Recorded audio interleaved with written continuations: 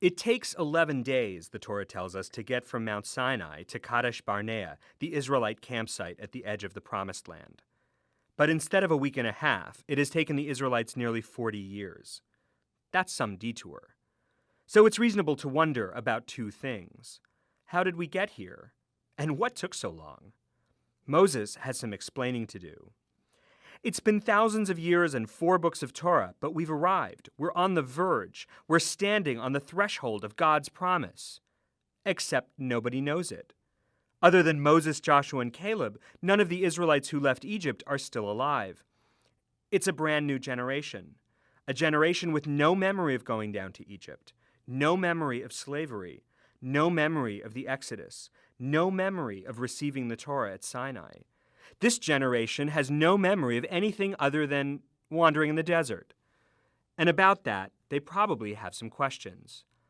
The book of DEVARIM is mostly one long answer to those questions. First up is a history lesson. And Moses mentions so many nations and so many battles that we have to wonder what makes them so important. Emim, also known as Rephaim, also known as Zamzumim, Anakites and Horites, Geshurites and Maccathites, Sichon the Amorite, king of Heshbon, King Og of Bashan. It's hard to keep track.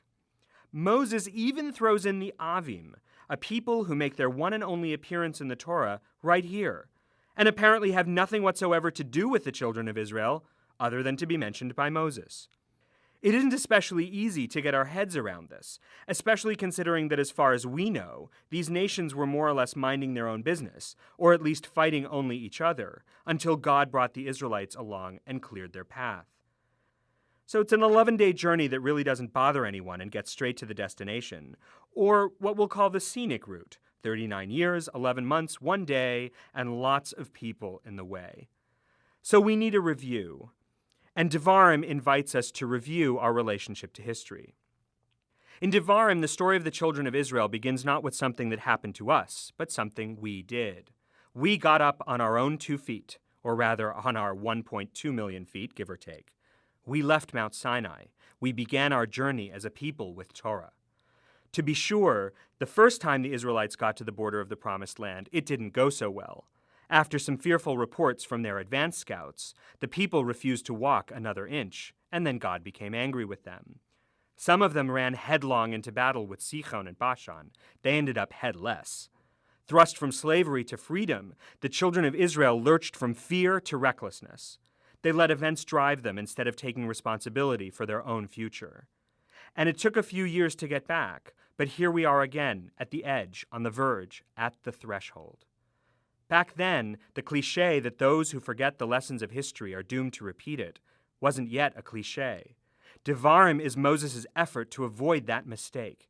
He gives the children of Israel ownership of their own history. He reminds us that history by itself isn't what makes us special. The Torah itself makes us special. History is not something that happens to us. History is what we do with what happens to us. Has our ultimate destiny already been predicted? The Torah tells us that God will keep God's promises. But the long and circuitous journey to the Promised Land gives us the time to remind us that the history of our arrival has yet to be written. We have been called to the journey. How we get there is up to us.